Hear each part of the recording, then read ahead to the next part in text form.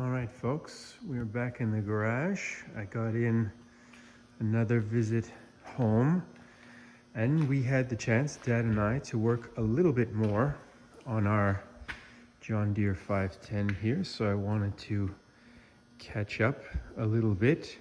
So the main theme was small stuff, I guess you could say, mostly leaks from various kinds. One thing we did was we took off this cover here for the shifters above the gearbox because there was a lot of play in them. They were just running around on us all the time. And so we took all of this mechanism inside here under this rubber cover apart. We took the main cover off here. We made a new gasket and put it on. We also replaced the little washers, unseized everything, cleaned it all, put new O-rings. That was key because there was also a little bit of oil pushing up from there sometimes. And we put these covers on here to protect it from the water, which it originally had, but not in the time that we've had it. So now it's going to be protected. Unfortunately, in the process of unseizing the top here, this knob broke in half, but for now we glued it back together, and we'll try to get a replacement one as soon as we can.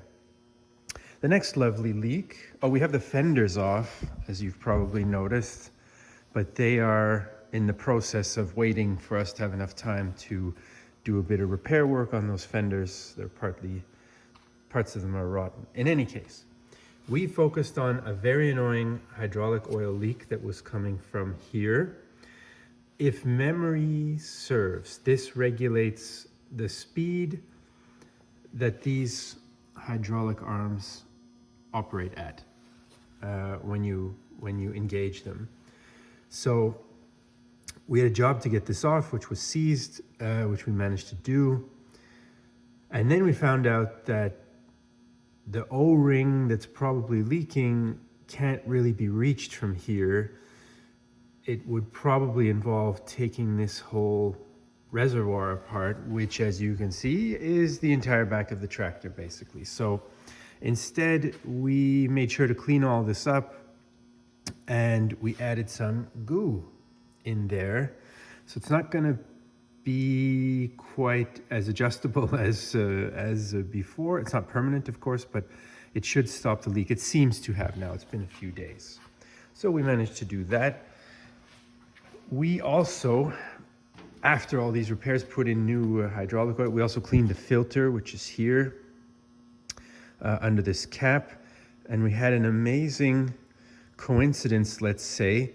This is where you put the hydraulic oil in. Normally it has a dipstick attached to this cap when you remove it. That dipstick, I guess, over time had become weak and it broke off and went somewhere into the depths of this. And so I wish it a happy life in there. I hope it doesn't get stuck in anything important. And if you happen to know the length of a John Deere 510 hydraulic oil dipstick, we would love to attach a new one because we cannot very easily now measure the level. The joys. That being said, our last little mini project for this time was under here, under the step on the right-hand side of the tractor. So we took this off because, now this might get slightly tricky to show you, there was another hydraulic oil leak right here from one of these fittings on the main line that goes back from the pump, which is at the front of the tractor. Let me show you a bit better there. So we had to take off the foot panel, and then we had to get those fittings loose. The one that leaked was easy to do. The one that didn't leak was a bit tougher, but we managed it. And we replaced that, and, well, maybe you can't tell because there's a few things on the floor, but it's not dripping anymore. So we're pleased with that. One of those things with older tractors, I guess you get a lot of little leaks from time to time. Anyway, that was just a quick update.